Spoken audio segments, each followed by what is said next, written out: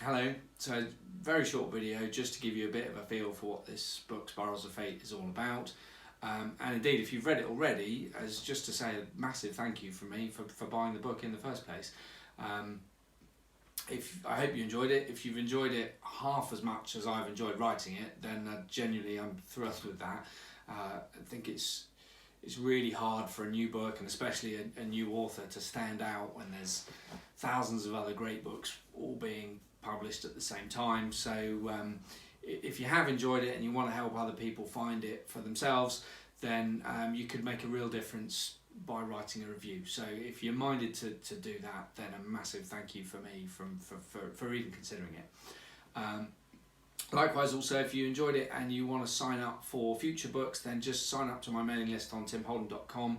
Also, what I'll do is send you a short clip of some video footage of other places that are featured in the book, particularly towards the end of the book, because I think it's quite fun sometimes when you've been imagining all this stuff in your own mind to then see it for real. So sign up for that and I'll send that over to you straight away.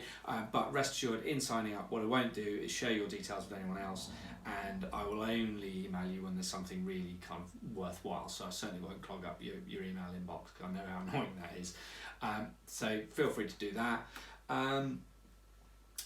But then really, to give you a feel for what this book is about, I guess it has a central question at its heart, which is, why did Robert Kett do what he did? And the reality is we don't know. That's lost to history. But it would appear, at least, to be something that was fairly impulsive and done without much forethought. So I thought what was fascinating about that is how then someone's actions then sort of spiralling and circumstances running away with him, and then his reaction to that as he gets placed in increasingly difficult situations as the story goes on. So for me, that was a really fun thing to write about. And I guess the other theme to the story would be leadership, because Robert Kett, and indeed some of the other characters in this book, they're in sort of positions of official power. Just because they're leaders doesn't actually, they're in charge, but they're not in control. And I think that's something that's really fascinating to play with, particularly for Robert, because he's got this situation where he's leading what is actually at its heart quite an honourable movement to kind of recover people's rights. But then in the way that's executed, it's can be quite violent, and he's therefore accountable for that. So he's responsible for these people who are doing things in his name. And I think that just again places him in a really awkward situation, which is kind of a fun thing to write about. So it's a work of historical fiction. It's set in the Tudor times in England, and that's a pretty busy dynasty with loads of change going on, so therefore that's kind of fertile ground for stuff to happen. It's a very character-driven book. So what I've tried to do is make history the outcome of individual characters' actions, rather than it just being a done deal. Because if people have done stuff differently on any given day, then events may have turned out differently. So I love kind of just hinting at those what ifs that just didn't quite come off.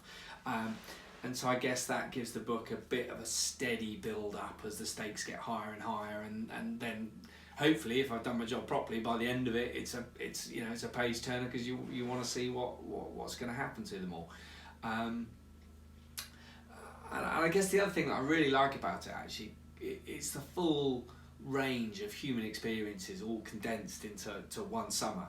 So there's despair, there's hope, there's tragedy, there's humour, there's loyalty, there's betrayal, there's love, there's violence. So you've really got the full kind of cocktail of stuff in there, which for me made it a really kind of fun book to play around with all those different things, particularly as different characters, their agendas collide.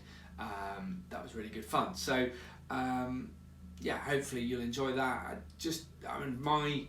My favourite authors would be Ken Follett and Bernard Cornwell, and I'm hesitant to even mention my name in the same sentence as those, but that's the stuff I enjoy reading, so that's what I've attempted to try and write. To what extent I've done that is kind of up for you to decide for yourselves, really. But if you haven't read it, I really hope you enjoy it. Thank you ever so much for discovering it and giving it a chance. And please sign up, and I'll send you some stuff as and when I've written the next one. Thank you.